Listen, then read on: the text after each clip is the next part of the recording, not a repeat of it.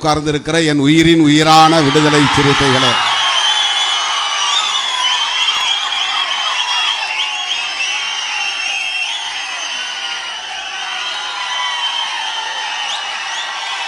உங்கள் அனைவருக்கும் என்னுடைய பணிவார்ந்த வணக்கத்தை தெரிவித்துக் கொள்கிறேன்.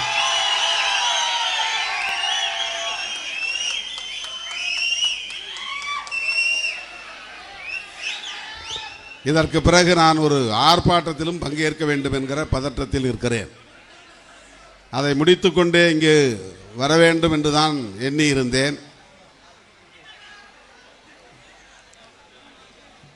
நான்கு மணியிலிருந்து நீங்கள் நெடுநேரமாக காத்திருக்கிறீர்கள். உள்ளே இட நெருக்கடி, வெளியிலே ஏராளமான தோழர்கள் காத்து கிடக்கிறார்கள் என்று பொதுச் செயலாளர்கள் சுட்டிக்காட்டியதன் அடிப்படையில் நேராக நான் அரங்கத்திற்கு வந்து சேர்ந்திருக்கிறேன். இன்று காலை கடலூரிலே மாவட்ட ஆட்சியர் அலுவலகத்தில் ஒரு நிகழ்வில் நான் பங்கேற்பதாக இருந்தது. நேற்று நள்ளிரவுக்கு மேல் என்னால் புறப்பட இயலவில்லை. காலையில் அமைச்சர் ஒருவரை சந்திக்க வேண்டிய ஒரு தேவை இருந்தது. ஆகவே திருச்சிக்கு விமானம் பிடித்து திருச்சியிலிருந்து இங்கே வந்து சேர 2.5 மணி நேரம் எடுத்துக்கொண்டது. நெடுநேரம் உங்களிடையே உரையாற்ற வேண்டும். தேர்தல் முடிவுகளுக்கு பிறகு கட்சியின் செயற்குழு கூட்டத்திலே பங்கேற்கிறேன். இது 3வது மண்டல செயற்குழு. காஞ்சிபுரத்திலே முதலில் 6 நாடாளுமன்ற தொகுதிகளை கொண்ட மாவட்ட பொறுப்பாளர்கள் அனைவரையும் ஒருங்கிணைத்து தமிழ் தேசிய மாநாடு குறித்து விவாதித்தோம். அதனைத் தொடர்ந்து அதே போல 6 நாடாளுமன்ற தொகுதிகளை ஒருங்கிணைத்து திருவண்ணாமலையில் 2வது மண்டல செயற்குழு, 3வதாக இது சிதம்பரத்தில் நடைபெற்றுக் கொண்டிருக்கிறது. நாகை, மயிலாடுதுறை, சிதம்பரம், கடலூர், விழுப்புரம், கள்ளக்குறிச்சி ஆகிய நாடாளுமன்ற தொகுதிகளை ஒருங்கிணைத்து இதை நாம் நடத்தி கொண்டிருக்கிறோம். வருகிற ஆகஸ்ட் 17 ஒவ்வொரு ஆண்டும் தமிழர் எழுச்சி நாளாக கொண்டாடப்பட்டு வந்த நிலையில் இந்த முறை தமிழ் தேசிய எழுச்சி மாநாடாக அதை நடத்த நாம் திட்டமிட்டிருக்கிறோம். வெறுமென பிறந்த நாள் கொண்டாட்டமாக இல்லாமல் ஒரு கருத்தியல் கொண்டாட்டமாக இதனை நாம் ஒருங்கிணைத்திருக்கிறோம். மது மற்றும் போதைப்பொருள் ஒழிப்பு மாநாடு நடைபெற்ற அதே இடத்தில் உளுந்தூர்பேட்டை அருகே, திருச்சி சென்னை நெடுஞ்சாலை அருகே இந்த எழுச்சி மிகுந்த மாநாடு நடைபெற உள்ளது. இன்னும் 3 வார காலம்தான். ஆகஸ்ட் 16 நாட்கள், இதிலே இன்னும் 10 நாட்கள், 15 நாட்கள், ஒரு மாதம் இடைவெளி உள்ளது. இதற்கிடையிலே நான் தொடர்ச்சியாக மண்டல செயற்குழு கூட்டங்களில் இன்னும் பங்கேற்க வேண்டும். நாளை திருச்சிராப்பள்ளியில், நாளை மறுநாள் இடைவெளி, 17 மதுரை, காலையில் மதுரை, மாலையில் திருநெல்வேலி, 18 திருப்பூர் மேற்கு மாவட்டங்களை ஒருங்கிணைத்து 19 புதுச்சேரிக்கு மட்டும் என்று தொடர்ச்சியாக மண்டல செயற்குழு கூட்டங்கள் நடைபெற உள்ளன. தேர்தலுக்கு முன்பு அரசியல் கட்சிகள் மாநாடு நடத்துவது உண்டு. தங்களுடைய சக்தியை காட்டுவதற்காக, தொகுதி பங்கீடுகளில் அது பயன்படும் என்கிற நோக்கத்தின் அடிப்படையில் அவ்வாறு மாநாடுகள் நடத்தப்படுவது உண்டு என்பதை நாம் அறிவோம். ஆனால் விடுதலை சிறுத்தைகள் கட்சி எண்ணற்ற பல மாநாடுகளை கடந்த காலங்களில் நாம் நடத்தியிருக்கிறோம். எதுவும் தேர்தலை முன்னிறுத்தி ஒருங்கிணைக்கப்பட்டதல்ல. தமிழர் இறையாண்மை மாநாடு என்று ஒரு மாநாட்டை நாம் நடத்தியிருக்கிறோம். எனக்கு தெரிந்து தமிழ்நாட்டில் எந்த ஒரு அரசியல் இயக்கமும் தமிழர் இறையாண்மை என்ற பெயரில் அரசியல் பேசி நாம் கேள்விப்படவில்லை, அல்லது மாநாடு நடத்தி நாம் பார்க்கவில்லை. இதனை 10 ஆண்டுகளுக்கு முன்பே நாம் நடத்தி இருக்கிறோம். அதேபோல எழும் தமிழ் ஈழம் என்கிற பெயரில் ஈழ விடுதலைக்கு ஆதரவான மாநாட்டை தமிழ் தேசிய அரசியலின் அடிப்படையில் அந்த மாநாட்டை நாம் நடத்தி இருக்கிறோம்.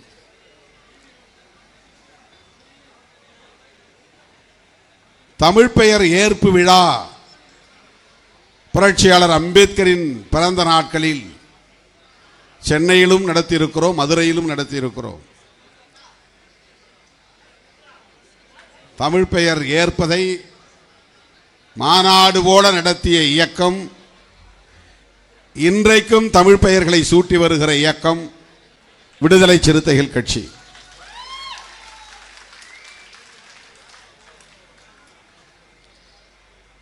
தமிழ் தேசியத்தை நம்முடைய இயக்கத்தின் அடிப்படை கொள்கைகளுள் ஒன்றாக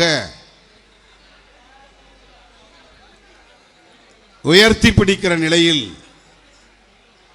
கருத்தியல் சார்ந்து நாம் இத்தகைய மாநாடுகளையும் தமிழ் பெயர் ஏற்பு விழாக்களையும் கடந்த காலங்களில் நடத்தியிருக்கிறோம். தமிழ் தேசியம் என்கிற கருத்தியலை உள்வாங்கியதால் தான் தமிழ் பெயர் ஏற்பு விழா என்கிற சிந்தனை நமக்கு தோன்றியது. தமிழ் தேசிய புரிதலில் தான் எல்லோரும் தமிழ் பெயர் ஏற்க வேண்டும், வடமொழி பெயர்களை சுமக்க வேண்டாம், இளம் தலைமுறையினராவது தமிழில் பெயர் சூட்டுவதை வழக்கமாக கொள்ள வேண்டும் என்று ஒரு பேர் இயக்கமாக இதை நாம் முன்னெடுத்திருக்கிறோம். அதற்கு காரணம் நாம் உள்வாங்கி இருக்கிற தமிழ் தேசிய அரசியல் தான். இல்லை என்றால் அப்படி ஒரு சிந்தனை நமக்கு முகிழ்த்திருக்காது, அப்படி ஒரு செயல் திட்டம் நாம் வகுத்திருக்க முடியாது.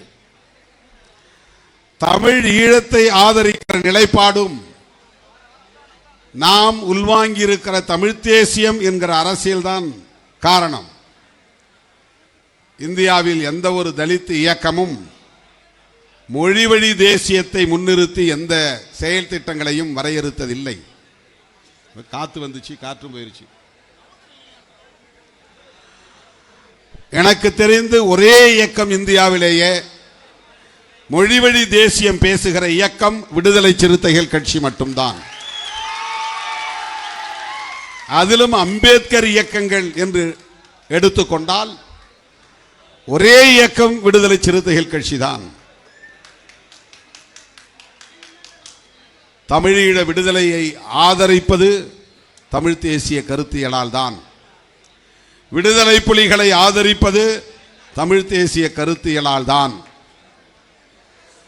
மேதகு பிரபாகரன் அவர்களை நாம் போற்றுவது நாம் உள்வாங்கி இருக்கிற தமிழ் தேசிய அரசியலால் தான், கருத்தியலால் தான். மும்மொழி திட்டம் வேண்டாம், இந்தியை திணிக்க கூடாது என்று நாம் 28 days இந்தி திணிப்பில் எதிர்வினை ஆற்றுவதும் எதிர்த்து களமாடுவதும் நாம் உள்வாங்கி இருக்கிற தமிழ் தேசிய கருத்தியலால் தான். வடவர் ஆதிக்கம் கூடாது, வட இந்தியர்களின் ஆதிக்கம் கூடாது என்ற எதிர்ப்பு நிலையை நாம் எடுப்பதற்கு காரணம் நாம் உள்வாங்கி இருக்கிற தமிழ் தேசிய அரசியல் தான். வழக்கமாக இதுவெல்லாம் திமுக அதிமுக தானே பேசும். மொழிப்போர் தியாகிகளுக்கு வீரவணக்க நாள் ஒவ்வொரு ஆண்டும் திமுகவும் அதிமுகவும் தானே நடத்தும். ஆனால் திமுக அதிமுகவுக்கு அடுத்து மொழி போராளிகளின் வீரவணக்க நாளை நடத்திய இயக்கம் விடுதலை சிறுத்தைகள் கட்சி. அப்போது கூட சில அம்பேத்கர் இயக்கங்களை சார்ந்தவர்கள் நம்மை விமர்சித்தார்கள். திருமாவளவன் தலித்தியம் பேசுவதே இல்லை, அவர் பிரபாகரனுடைய தம்பி, அவர் ஈழத்தை பற்றித்தான் பேசுவார், தமிழ் மொழியை பற்றித்தான் பேசுவார். உட்காரியா.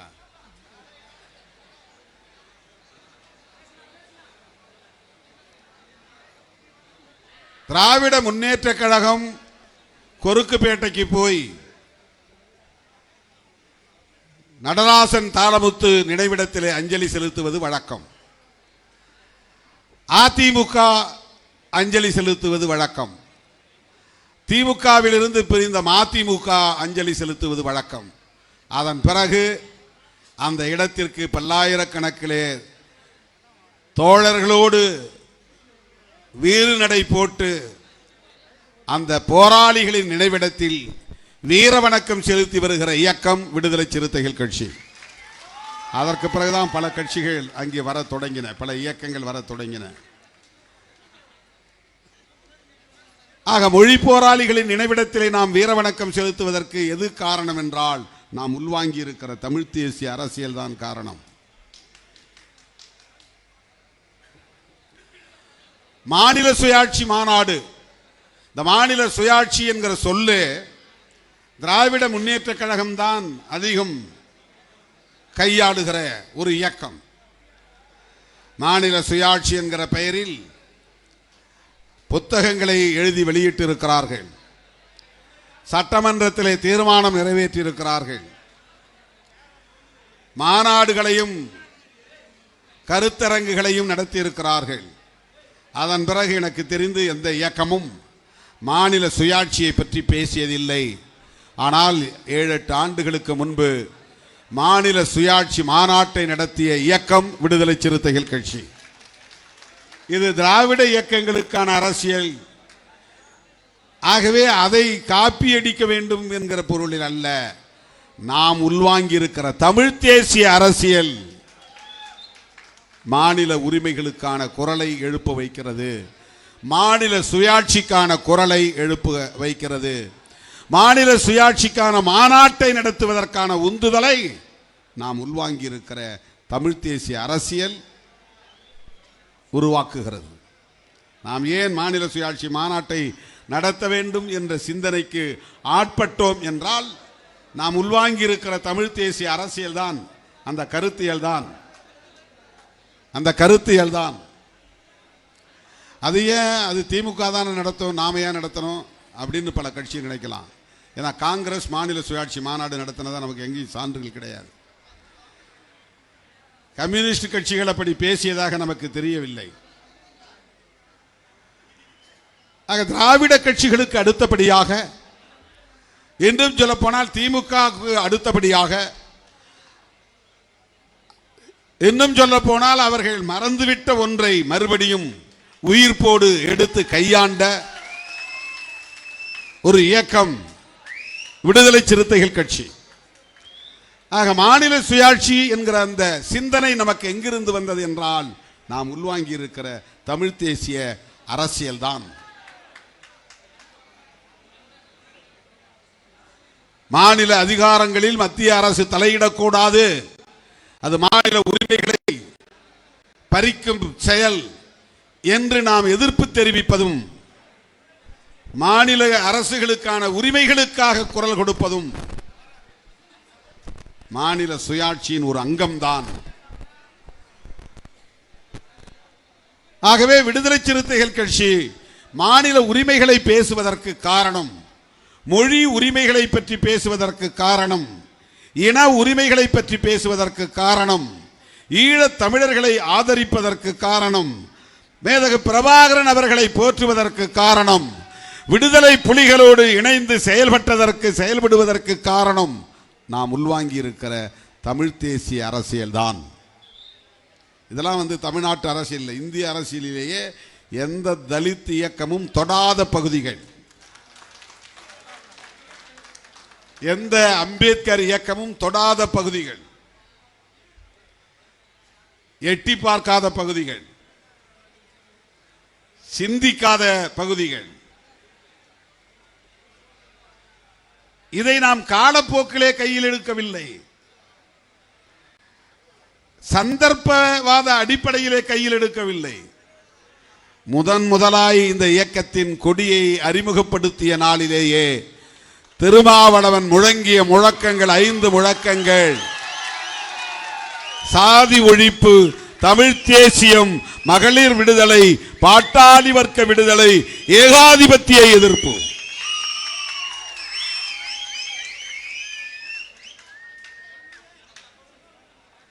சாதி மதம் ஒழித்து சமத்துவம் படைப்போம், வர்க்க அமைப்பை உடைத்து வறுமையை துடைப்போம், பெண் உரிமை மீட்டு நாட்டின் பெருமையை காப்போம்,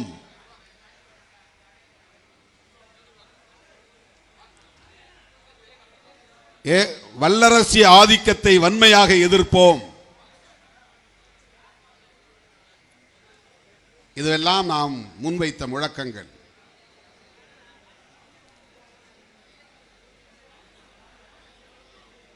தொடக்கத்திலேயே நம்முடைய கொள்கைக்கான அடித்தளங்கள் என்ன என்பதை நாம் டிக்ளேர் செய்திருக்கிறோம், பிரகடனம் செய்திருக்கிறோம், அறிவிப்பு செய்திருக்கிறோம்.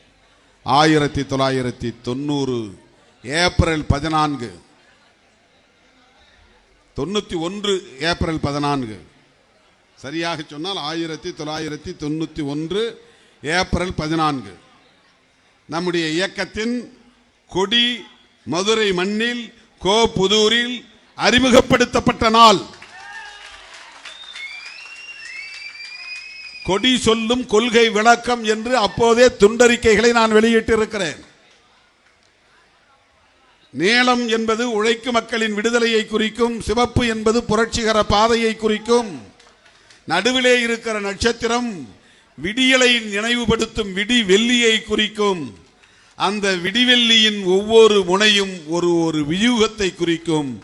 ஒன்று சாதி ஒழிப்பு, இன்னொன்று தமிழ் தேசியம், இன்னொன்று வர்க்க விடுதலை, பாட்டாளி வர்க்க விடுதலை, இன்னொன்று மகளிர் விடுதலை, இன்னொன்று ஏகாதிபத்திய எதிர்ப்பு. ஏகாதிபத்திய எதிர்ப்பு என்றால் அது கம்யூனிஸ்டுகளுக்குரியது, பாட்டாளி வர்க்க விடுதலை என்றால் அது கம்யூனிஸ்டுகளுக்குரியது, பெண் விடுதலை மகளிர் விடுதலை என்றால் அது பெண்ணுரிமை இயக்கங்கள் மட்டுமே பேசக்கூடிய பெண்ணியவாதிகளுக்குரியது. தமிழ் தேசியம் என்பது தமிழ் அறிஞர்கள், தமிழ் உணர்வாளர்கள் பேசுவது. சாதி ஒழிப்பு என்றால் அம்பேத்கர் இயக்கங்கள் பேசுவது. இப்படி ஒவ்வொன்றும் தனித்தனி செக்டேரியன் பாலிசிஸ், தனித்தனியாக தனித்தனி இயக்கங்களால் உள்வாங்கப்பட்டவைகளாக அடையாளம் காணப்பட்ட அந்த காலத்தில் இவற்றை அனைத்தையும் ஒரே களமாக்கிய இயக்கம் விடுதலை சிறுத்தைகள் கட்சி.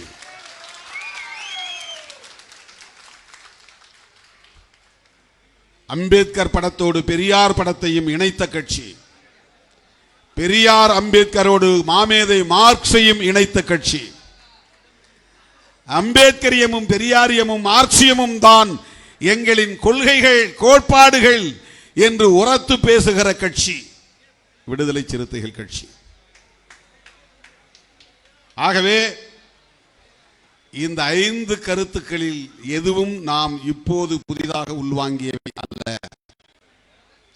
அல்லது யாரையும் பார்த்து அதன் பிறகு நாம் இதை உள்வாங்கிக் கொண்ட கருத்தும் அல்ல. 91 தொடர்ச்சியாக இதை நாம் பேசி வருகிறோம். என் மூலமாக அது உரைகளிலும் எழுத்துக்களிலும் வெளிப்பட்ட அந்த காலத்தில் நம் மீது போதிய வெளிச்சம் விழாமல் இருந்த காலம். நம்ம பேச்சை யாரும் பெருசாக எடுத்துக்க மாட்டாங்க, பத்திரிகைகளில் வராது, தொலைக்காட்சிகளில் வராது. எப்போதாவது சில நொடிகள் தொலைக்காட்சியில் நம்மை காட்டினால் அதுவே நமக்கு பேரானந்தமாக இருக்கும். எங்காவது ஒரு மூலையிலே ஒரு காலம் செய்தி போட்டால் நம்முடைய செய்தி வந்திருக்கிறது என்று அதை எடுத்து கட் பண்ணி ஒட்டி கையில் வைத்துக் கொண்டு எடுத்து திரும்ப திரும்ப பார்த்த காலம் ஒன்று உண்டு, எங்களை பற்றி வந்த செய்தி என்று. இன்றைக்கு சிறுத்தைகளை பற்றி செய்தி இல்லாத நாளே இல்லை, விவாதிக்காத நாளே இல்லை. ஆளாளுக்கு ஒவ்வொரு யூகம்.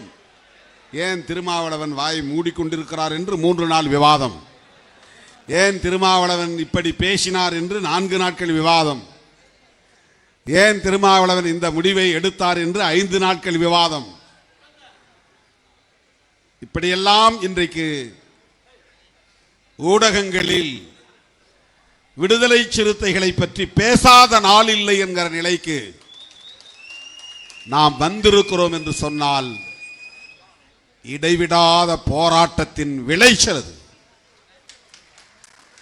தொய்வின்றி தொடர்ச்சியாக களமாடியதன் விளைச்சல் அது. சும்மா வந்துடாது. எவ்வளவோ விமர்சனங்கள், அவதூறுகள்.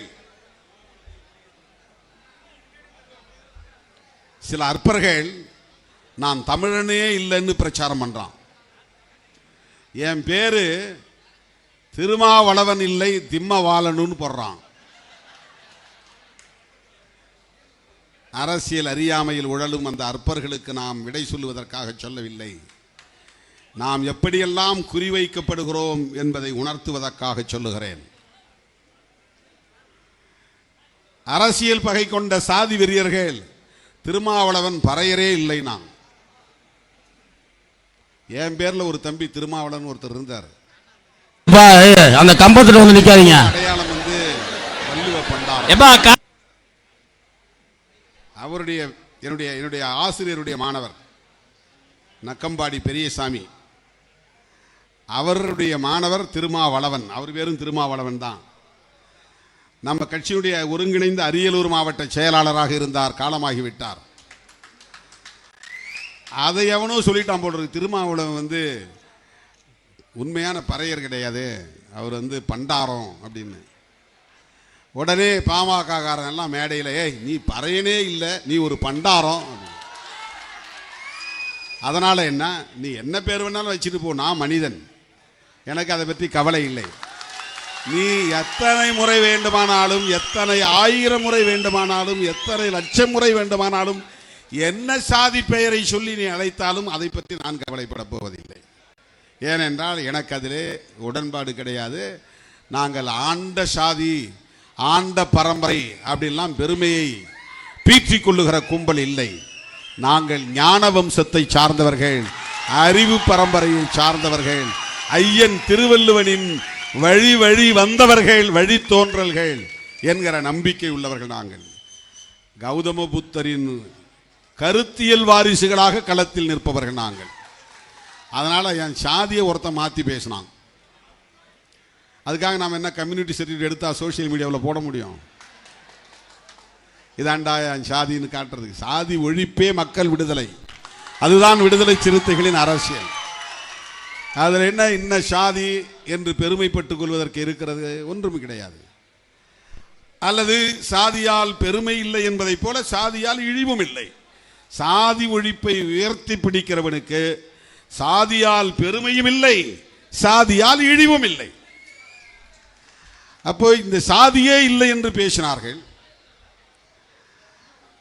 ஒருபடி மேலே தாண்டி, ஒருபடி மேலே போய் இப்ப புதிதாக தமிழ் தேசியம் பேசுகிற கும்பல் உங்களுக்கு தெரியும் யாருன்னு. அந்த கும்பல் திருமாவளவன் தெலுங்கன். தெலுங்கனா இருந்தா என்ன, அவன் மனுஷன் கிடையாதா? என் பேரையும் மாற்றி, அப்பா பேரையும் மாற்றி, அம்மா பேரையும் மாற்றி, அவன் அதையும் தாண்டி சக்கிலி அப்படின்னு எழுதுறான். என்ன எனக்கு வந்து அவன் இன்னொரு சாதியை சொல்றான். ஒருத்தன் பறையனே இல்லைங்கிறான், ஒருத்தன் பண்டாரங்கிறான், இன்னொருத்தன் தமிழனே இல்லைங்கிறான், அப்புறம் சக்கிலிங்கிறான். இன்னும் என்னென்ன பேர் கண்டுபிடிக்க போறாங்களோ தெரியல. இது எதுவுமே என்னை பாதிக்காது. ஏனென்றால் நான் கருத்தியல் களத்தில் நிற்பவன். சாதி புத்தியோ மதவெறியோ ஒருபோதும் என்னை அசைக்காது, அசைத்து பார்க்க முயற்சிக்காது, அசைக்க முடியாது. அப்ப தமிழ் தேசியத்தை நாம் பேசுவதை பொறுத்து கொள்ள முடியாத கும்பல் திருமாவளவன் தமிழ் தேசியம் பேசுவதா? ஆம், திருமாவளவன் தான் பேசுவான். பூர்வீக தமிழன், ஆதி தமிழன், உண்மை தமிழன், கலப்பில்லாத தமிழன். மொழி கலப்பும் கிடையாது, இனக்கலப்பும் கிடையாது. இனக்கலப்பு இருந்திருந்தா என் தோல் நிறம் மாறி இருக்கும். மொழி கலப்பு இருந்திருந்தா என்னுடைய ஸ்லாங் மாறி இருக்கும். மொழி கலப்பும் இல்லை, இனக்கலப்பும் இல்லை. நான் தமிழ் தேசியம் பேசுவதுதான் இப்போது அவர்களுக்கு பிரச்சனை. என்னதான் நான் கருத்தியல் தெளிவாக இருந்தாலும், கருத்தியலில் தெளிவாக இருந்தாலும், உறுதியாக இருந்தாலும், தொலைநோக்கு பார்வை உள்ளவனாக இருந்தாலும், என்னை ஏற்றுக்கொள்வதில் அவர்களுக்கு சிக்கல் இருக்கிறது. ஏனென்றால் ஒடுக்கப்பட்ட மக்களின் தலைமைத்துவம் இங்கே நிலைநாட்டப்பட்டு விடக்கூடாது என்கிற எண்ணம் தான். ஒரு தலித் லீடர்ஷிப் வந்துடக்கூடாது, எந்த தளத்திலும் வந்து விடக்கூடாது. பாட்டாளி வர்க்க அரசியலிலும் சரி, ஏகாதிபத்திய எதிர்ப்பு அரசியலிலும் சரி, தமிழ் தேசிய அரசியலிலும் சரி, திருமாவளவன் தலைமைத்துவம் நிறுவப்பட்டு விடக்கூடாது, நிலைநிறுத்தப்பட்டு விடக்கூடாது. இதுதான் அவர்களுக்கு இருக்கிற பிரச்சனை.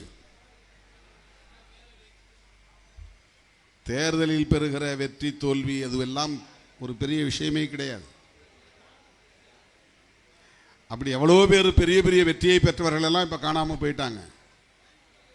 வெற்றி பெற்றவர்கள் எல்லாம் நிரந்தரமாக சரித்திரத்தில் இடம் பிடிப்பவர்கள் இல்லை. இப்ப சொல்லுங்க, போன அதிமுக ஆட்சியில யார் யார் அமைச்சராக இருந்தாங்க சொல்ல முடியுமா உங்களுக்கு?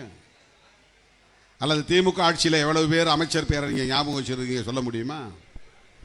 வெற்றி பெறுவதோ, அமைச்சர் பதவியில் இருப்பதோ, அதிகாரத்தை சுவைப்பதோ தனிநபருக்கும் அவர் சார்ந்த குடும்பத்திற்கும் பயன்படுமே தவிர சமூகத்தில் எந்த தாக்கத்தையும் அது ஏற்படுத்தவில்லை. நம்மை உட்பட சொல்லுகிறேன். ஆனால் இதெல்லாம் படிப்படியாக நம்முடைய வலிமைக்கு வலிமை சேர்க்கும் என்கிற காரணத்தால் நாம் நிற்கிறோம். மக்களை அரசியல்படுத்துவதற்கு இது பயன்படும் என்கிற காரணத்தினால் தேர்தல் களத்தை நாம் விட்டுவிடாமல் உறுதியாக பற்றி நிற்கிறோம்.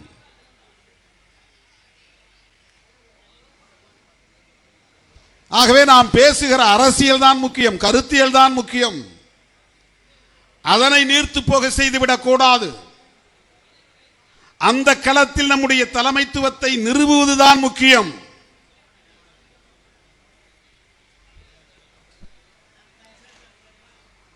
அவ்வளவு எளிதாக உங்களை ஏற்றுக்கொள்ள மாட்டார்கள். ஆனால் உங்களை ஏற்றுக்கொள்ளும் காலம் வரும் என்று சொன்னவர் அண்ணன் பிரபாகரன்.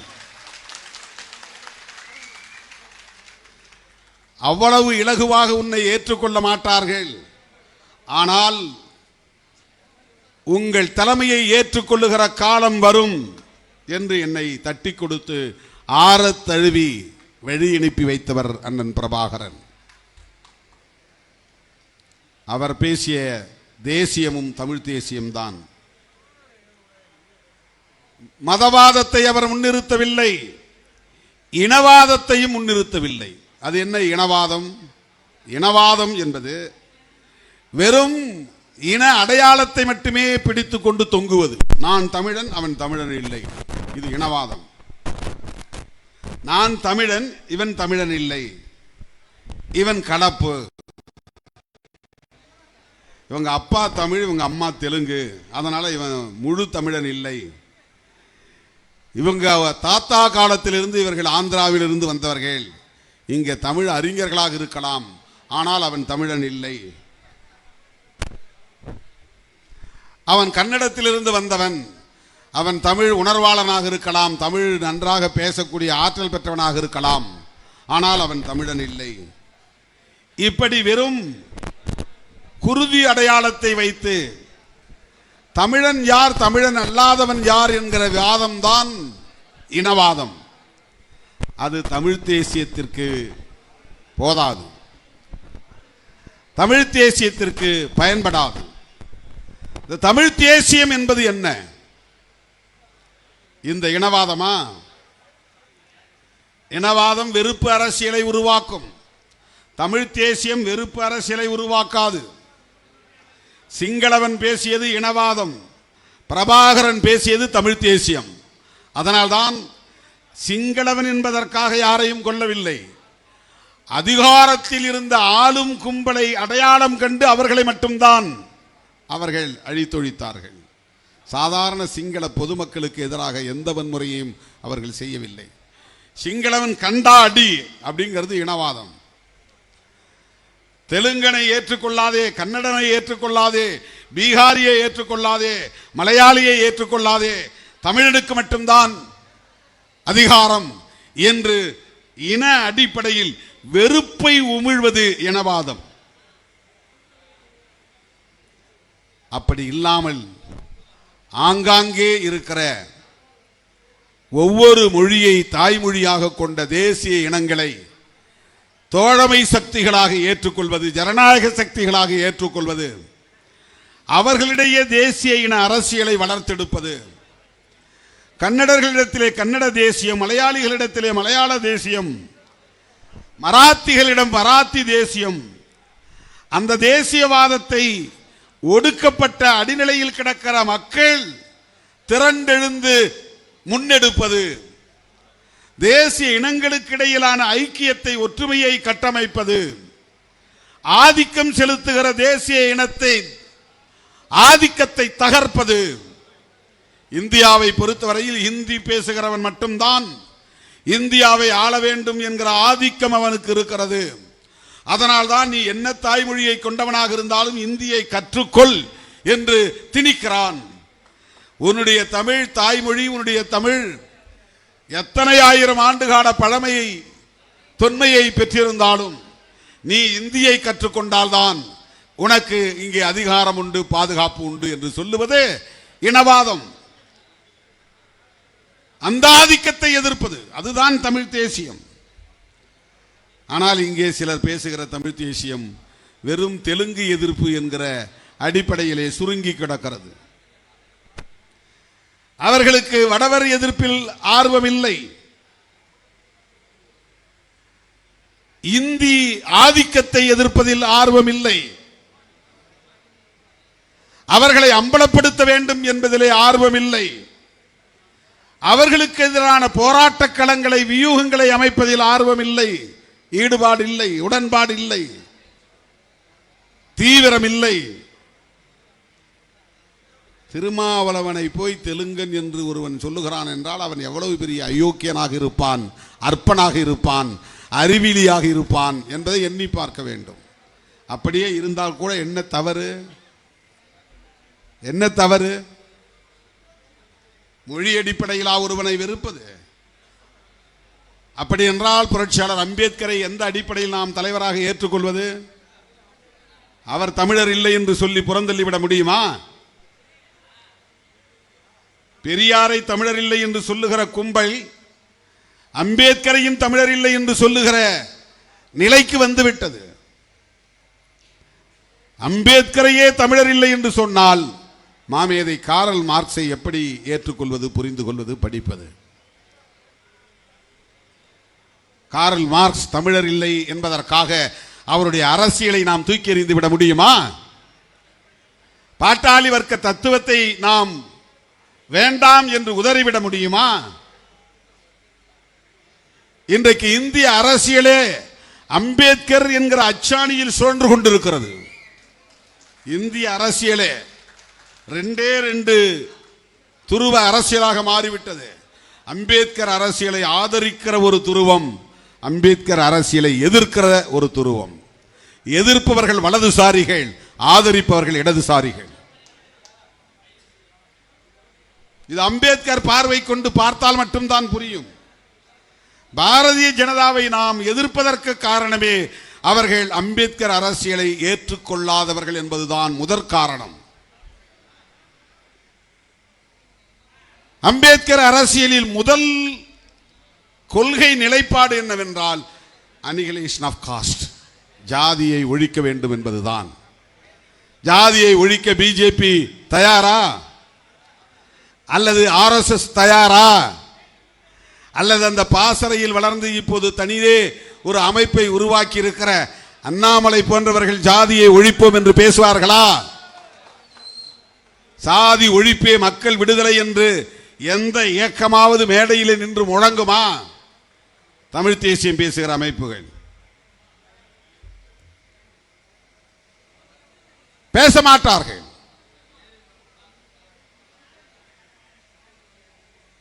புரட்சியாளர் அம்பேத்கருடைய அரசியல் தான் இந்திய அரசியலின் அடிப்படையாக இருக்கிறது. அம்பேத்கர் தான் அச்சாணியாக சுழல்கிறார். அந்த அச்சாணியில் தான் இந்த அரசியலில் சுழல்கிறது. ஆதரிப்பவர்கள் ஒரு புறம், எதிர்ப்பவர்கள் ஒரு புறம். அதனால்தான் காங்கிரஸ் தலைவர் ராகுல் காந்தி செல்லும் இடமெல்லாம் கான்ஸ்டிடியூஷனை உயர்த்தி பிடிக்கிறார். என்றைக்காவது மோடி கையிலே கான்ஸ்டிடியூஷனை உயர்த்தி பிடித்திருக்கிறாரா? சொல்லுவார் அப்பப்போ, சுதந்திர நாள் அன்றைக்கும் குடியரசு நாள் அன்றைக்கும் கான்ஸ்டிடியூஷனை பற்றி பேசுவார், அம்பேத்கரை பற்றி பேசுவார், அவ்வளவுதான். ஆனால் ராகுல் காந்தி இன்றைக்கு பிஜேபியை வீழ்த்துவதற்கு ஒரே ஆயுதம் அம்பேத்கர் தான் என்று கண்டறிந்திருக்கிறார். அவர் எழுதிய அரசமைப்பு சட்டம்தான் என்பதை உணர்ந்திருக்கிறார். இதை இந்த மண்ணில் 40 ஆண்டு காலமாக பேசி வருகிற இயக்கம் விடுதலை சிறுத்தைகள் கட்சி.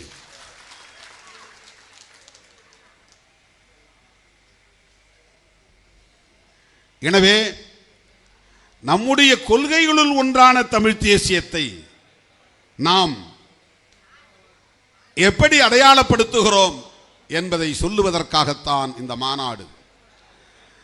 தமிழ் தேசியம், தேசியம்ங்கிற சொல்லே முதல்ல தமிழ் சொல் கிடையாது. அந்த தூய்மைவாதம் வந்துடும். இந்த இனவாதம் பேசுறவன்ட்ட தூய்மைவாதம் வந்துடும். தூய்மைவாதம்னா முழு சுத்த தமிழில் தான் பேசணும், தூய தமிழ் தான் பேசணும். சுத்தங்கிறதே தமிழ் சொல் இல்லை. சுத்தங்கிறதே தமிழ் சொல் கிடையாது. தேசியங்கிறதே தமிழ் சொல் கிடையாது. தூய தமிழ் பேசக்கூடியவர்களால் தேசியம் என்கிற சொல்லுக்கு ஒரு சொல்லை இன்னும் கண்டுபிடிக்க முடியவில்லை. தேசம் என்பதிலிருந்து தான் தேசியம் என்கிற சொல் வருகிறது. தேசம் என்பது தமிழ் சொல் கிடையாது. நாடு என்பதுதான் தமிழ் சொல். தேசம் என்பது வடமொழி சொல். பங்களாதேஷ், ஆந்திர பிரதேஷ், தேஷ், உத்தரப்பிரதேஷ், மத்திய பிரதேஷ், தேஷ் வருது பாருங்க, தேசம். அந்த தேஷ் தான் இங்க நாம தமிழ் படுத்தி தேசம் தேசம் அப்படின்னு மாத்திக்கிட்டோம். அதை தமிழ் ஆக்கம் செய்துக்கிட்டோம். ஆனா வட சொல் தான் அது. நாம அப்படி தூய்மைவாதத்துக்குள்ள போக தேவையில்லை. அப்படி தூய்மைவாதத்திற்குள்ளே போக தேவையில்லை. அந்த தூய்மைவாதம் பேசினால் சாதி தூய்மைவாதமும் சரின்னு ஆயிரும். இன்டர் காஸ்ட் மேரேஜே பண்ணக்கூடாது, அந்த சாதிக்குள்ள அந்த சாதி திருமணம் பண்ணணும், இந்த சாதிக்குள்ள இந்த சாதி திருமணம் பண்ணணும், இனக்கலப்பே ஏற்படக்கூடாது, சாதி கலப்பே ஏற்படக்கூடாது அப்படிங்கிறது சாதி தூய்மைவாதம். மத கலப்பு ஏற்படக்கூடாது என்பது மத தூய்மைவாதம். இனக்கலப்பு ஏற்படக்கூடாது என்பது இன தூய்மைவாதம். அதுபோலத்தான் மொழி கலப்பு கூடாது என்பதும்.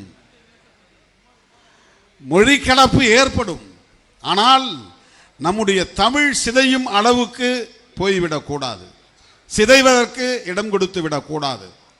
தமிழை ஆக்கப்பூர்வமாக, அறிவியல் மொழியாக, வணிக மொழியாக, ஆளுமை மொழியாக வளர்த்தெடுப்பதில் கவனம் செலுத்த வேண்டும். புதிய புதிய கலை சொற்களை கொண்டு வர வேண்டும், அதிலே கவனம் செலுத்த வேண்டும். அப்படி செலுத்தினால் ஒரு மொழி காலப்போக்கில் அழிந்து போகாது. மனுஷன் இருப்பான், அவன் வாரிசுகள் இருந்துகிட்டே இருக்கும், அவன் பேசுகிற மொழி மெல்ல மெல்ல காணாமல் போயிடும்.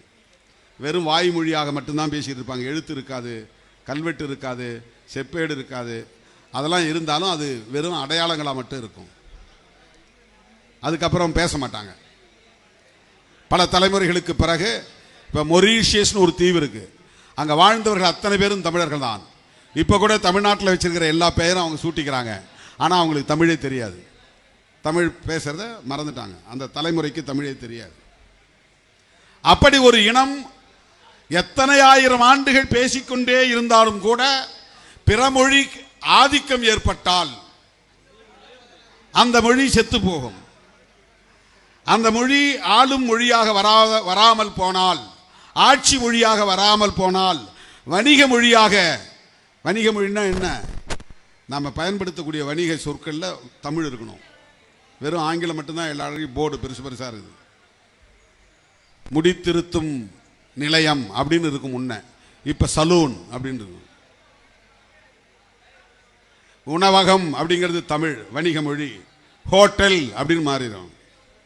தங்கும் விடுதி என்பது தமிழ், லாட்ஜ்.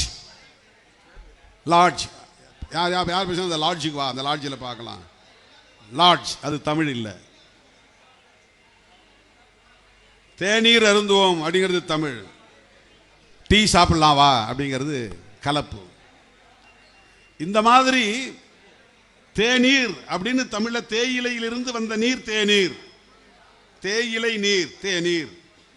அதுக்கு முன்னாடி வெள்ளைக்காரன் கண்டுபிடிச்சான், டீன்னு பேர் வச்சுட்டான். இப்ப நாம் அதை தேநீர்னு மாத்துறோம். அதான் வணிக மொழியாக மாற்றுவது. நாமே ஒன்றை கண்டுபிடித்தால் அதற்கு தமிழ்ல பெயர் சூட்டுவோம். வேறு எவனோ ஒருவன் கண்டுபிடிக்கிற போது அவன் மொழியில பெயர் சூட்டுவான். அதை நாம் உள்வாங்கும் போது அதை தமிழ் படுத்துகிற கலை சொற்களை உருவாக்க வேண்டும். இப்படிலாம் இருந்தால் ஒரு மொழி அழியாது. அதனால் மொழிக்கலப்பே ஏற்படாமல் இருக்குமா என்றால் மொழிக்கலப்பு ஏற்படும். ஆனால் புதிய புதிய கலைச்சொற்களை உருவாக்கி கொண்டே இருந்தால் மொழி அழியாது, அது வளம் பெறும், வலிமை பெறும். நம்முடைய அடையாளமே உலகளாவிய அளவில் பார்க்கிற போது சாதியோ மதமோ அல்ல, மொழிதான். மனிதர்களுக்கு முதல் அடையாளம், பல அடையாளம் இருக்கு. சாதி ஒரு அடையாளம், மதம் ஒரு அடையாளம், பாலினம் ஒரு அடையாளம், ஆனா பெண்ணா அப்படிங்கிறது ஒரு அடையாளம், ஜெண்டர் அப்படின்னு கேட்பான். மேல் ஆர் ஃபீமேல், மேல் போடணும் அடையாளத்துக்கு. ஏன்னா பெண்களும் ஆண்கள் மாதிரி உடை உடுத்த முடியும்,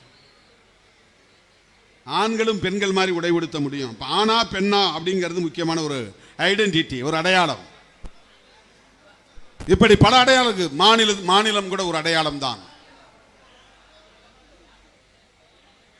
ஆனால் உலகம் முழுவதும் இன்றைக்கு தேசிய இனம் என்பதுதான் முக்கியமான ஒரு அடையாளமாக மாறி இருக்கிறது.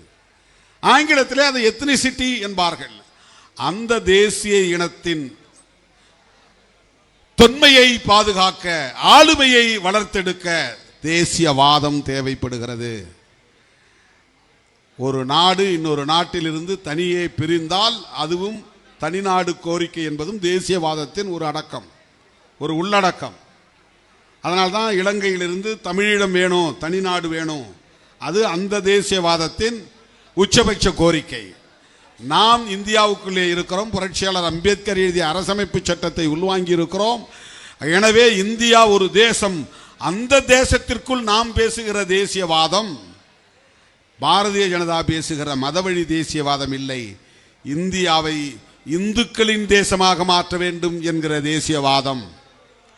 நாம் பேசுகிற தேசியவாதம் ஒவ்வொரு தேசிய இனமும் அவரவர் அடையாளத்தோடு, ஆளுமையோடு, சுதந்திரத்தோடு வாழ உடன்பட வேண்டும். இந்த தேசிய இனங்கள் ஒருங்கிணைந்து இந்தியா என்கிற தேசத்தின் இன்டெகிரிட்டியை பாதுகாக்க வேண்டும். ஒற்றுமையை, ஓர்மையை, நேர்மையை பாதுகாத்திட வேண்டும். ஆகவே விடுதலை சிறுத்தைகள் கட்சி தனித்தமிழ்நாடு கோரிக்கை என்கிற தேசியவாதத்தை பேசவில்லை, மாநில சுயாட்சி என்பதை முன்வைக்கிறது. இரண்டாவது, மதவழி தேசியத்தை எதிர்ப்பதனால் மத அடிப்படையிலான தேசியவாதம் கூடாது. அந்த மத தேசியவாதத்தை எதிர்ப்பதனால் இந்திய மண்ணை பொறுத்தவரையில் புரட்சியாளர் அம்பேத்கரின் சாதி ஒழிப்பு அரசியல் மொழிவழி தேசியத்திற்கு முக்கியமானதாக மாறுகிறது. எனவே இரண்டு கூறுகளை கொண்ட தேசியவாதம் தமிழ் தேசியத்தை நாம் முன்வைக்கிறோம். ஒன்று மாநில சுயாட்சி, இன்னொன்று சாதி ஒழிப்பு. இதை பற்றிய விரிவான உரையாடல்களை நாம் விரிவுபடுத்துவோம், பெருக்குவோம். அதற்கு அடித்தளம் அமைக்கிற மாநாடுதான் உளுந்தூர்பேட்டையிலே நடைபெற இருக்கிறது. ஏன் உளுந்தூர்பேட்டையை நான் முடிவு செய்திருக்கிறேன்? திருச்சியை அல்லது உளுந்தூர்பேட்டையை முடிவு செய்வதற்கு முதல் காரணம் தமிழ்நாட்டின் மையம். இரண்டாவது காரணம் கடலூருக்கு மிக அருகில் இருக்கிற பகுதி. கடலூர் விழுப்புரம், புதிதாக உருவாகி இருக்கிற கள்ளக்குறிச்சி, அரியலூர், பெரம்பலூர், செங்கல்பட்டு, திருவண்ணாமலை, இந்த மாவட்டங்களில் இருந்து மட்டுமே சிறுத்தைகள் நடந்து வந்தாலே போதும் மாநாடு வெற்றி. வண்டி பிடிக்கணும்னு அவசியம் இல்லை. இன்னைக்கே நிறைய மாவட்ட செயலாளர் வரல, வந்தவங்க நிதி கொடுக்கல. அதுலேயும் நிதி கொடுத்தவங்க 5000 10,000 கொடுத்துருக்குறாங்க. காஞ்சிபுரத்திலையும் திருவண்ணாமலையிலும் ஒவ்வொரு மாவட்ட செயலாளரும் 2 லட்சம் ரூபா. நான் சொன்னது 1 லட்சம் தான் கேட்டேன், 2 லட்சம் ரூபா கொடுத்தாங்க. எல்லா மாநில பொறுப்பாளரும் மேடைக்கு வந்து நிதி கொடுத்தாங்க. இங்கே தாமரை செல்வன் கையை நீட்டலை, பசுமை வேளவன் கையை நீட்டலை, சவுதி ராஜ்குமார் பைக்குள்ள கையை விடலை, மேடையில் உட்கார்ந்துருக்கிற யாருமே நிதி கொடுக்கல. யாராவது கொடுப்பாங்க, காலங்காலமாக நாம் கொடுத்துட்டோம். சின்ன சின்ன தம்பிலாம் ஒரு குழந்தை வந்து 500 ரூபா கொடுத்தாங்க, அண்ணன் கேட்குறார் அப்படின்னு. 2 சின்ன பையங்க வந்து கொடுத்தாங்க.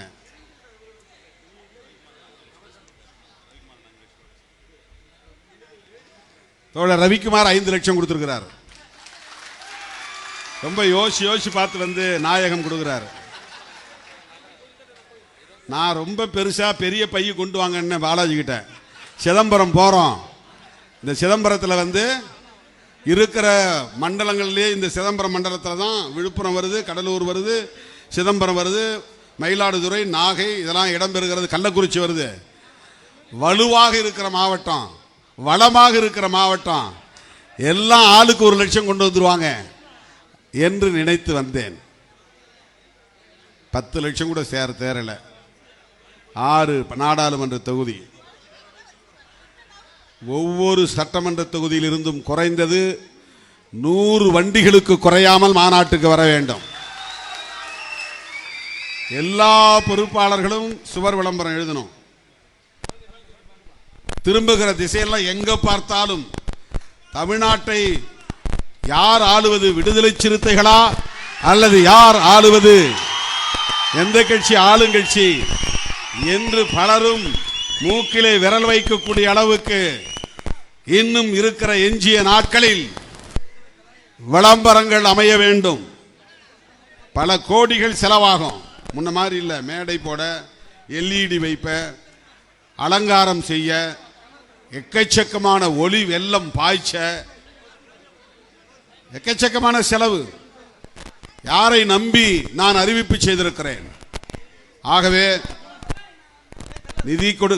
மண்டல செயலாளர் செல்லப்பன் 1 பைசா கொடுக்கல. மண்டல செயலாளர் கூப்பிடுறேன், பேர் விட்டு கூப்பிடுறேன், வழக்கம் போல நழுவிட்டு நிற்கிறார், ஒரு ஓரமாக நிற்கிறார். அவங்கெல்லாம் முதல்ல வந்து ஏன் சார்பில் 1 லட்சம் கொடுக்குறேன், 2 லட்சம் கொடுக்குறேன். நான் இப்போ நின்னா 2 மணி நேரம் தம்பிங்க எல்லாம் ஆளுக்கு 500 ரூபா கொடுக்குறவங்களே இங்கே 1000 பேர் இருக்கிறாங்க. 1000 ரூபா கொடுக்குறவங்க பல 100 பேர் இருக்காங்க. 5000 ரூபா கொடுக்குறவங்க பல 100 பேர் இருக்காங்க. நின்று என்னால் வாங்க முடியும். முன்னணி பொறுப்பாளர்கள் இந்த கோல்டு கொடுக்கும்போது அப்படி தான் பண்ணாங்க. சாதாரண ஆட்கள்லாம் 1 கிராம் 2 கிராம் கொண்டாந்து கொடுத்தாங்க. முன்னணி பொறுப்பாளர்கள் பல பேர் டிமிக்கி கொடுத்துட்டு போயிட்டாங்க. எல்லாரையும் கவனிச்சுக்கிட்டு தான் நான் இருக்கிறேன். ஒவ்வொருத்தருடைய முகமும் எனக்கு தெரியும், ஒவ்வொருத்தருடைய பேரும் எனக்கு தெரியும், ஒவ்வொருத்தருடைய பேக்ரவுண்டும் எனக்கு தெரியும். ஆகவே ஏமாற்ற முடியாது. எனவே உளுந்தூர்பேட்டை மாநாடு தமிழக அரசியலில் பெரும் தாக்கத்தை ஏற்படுத்தும் மாநாடாக அமைய வேண்டும். சிறுத்தைகள் நடத்திய மாநாடுகளிலேயே மாபெரும் மாநாடாக இந்த மாநாடு அமைந்தது என்று காட்டுவதற்கு இந்த 5 மாவட்டங்களில் இருந்து, எல்லா முகாம்களில் இருந்தும் அந்த நாள் கட்டாயம் உளுந்தூர்பேட்டைக்கு வர வேண்டும், வர வேண்டும், வர வேண்டும் என்று கேட்டு முடிக்கிறேன். நன்றி, வணக்கம்.